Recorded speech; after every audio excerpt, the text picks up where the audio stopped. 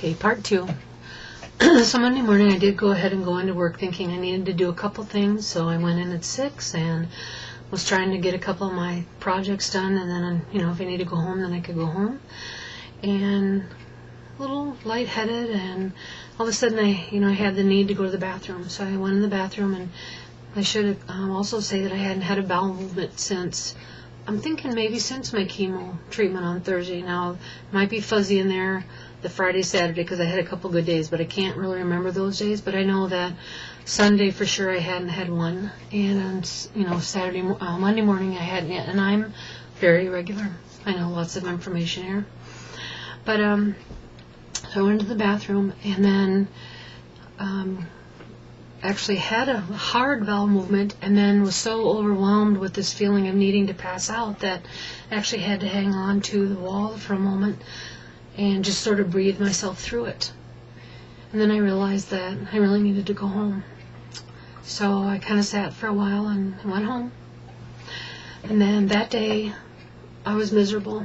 The temperature, didn't have a thermometer at the time, but I was so hot, I'm sure it was 103, 104. And I had the need every half hour, thinking I had the need to go to the bathroom to urinate, and couldn't.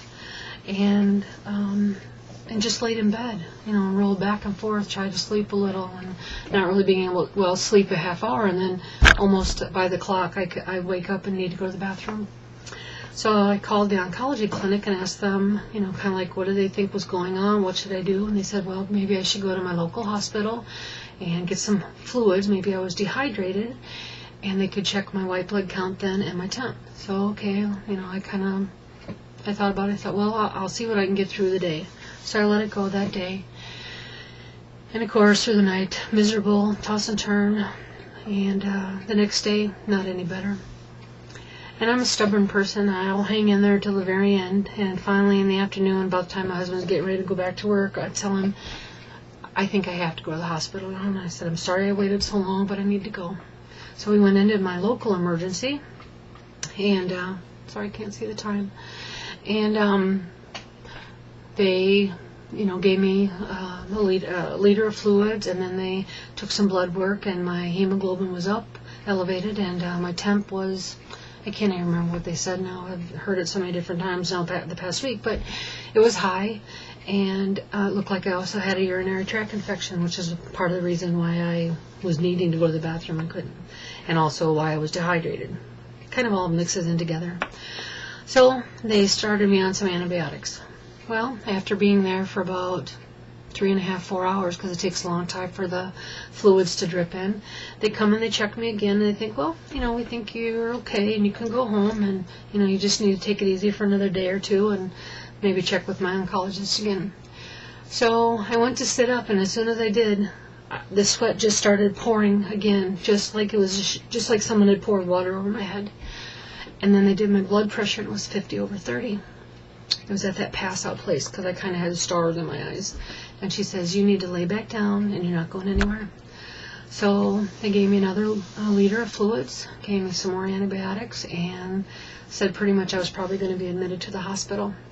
So they asked me where my primary physician was, and it isn't in my local town, so they made arrangements for, me to be admitted in the next town.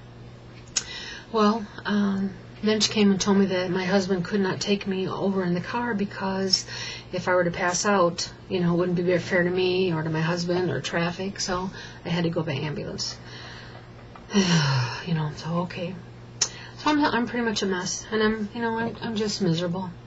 And my husband is scared. I'm scared.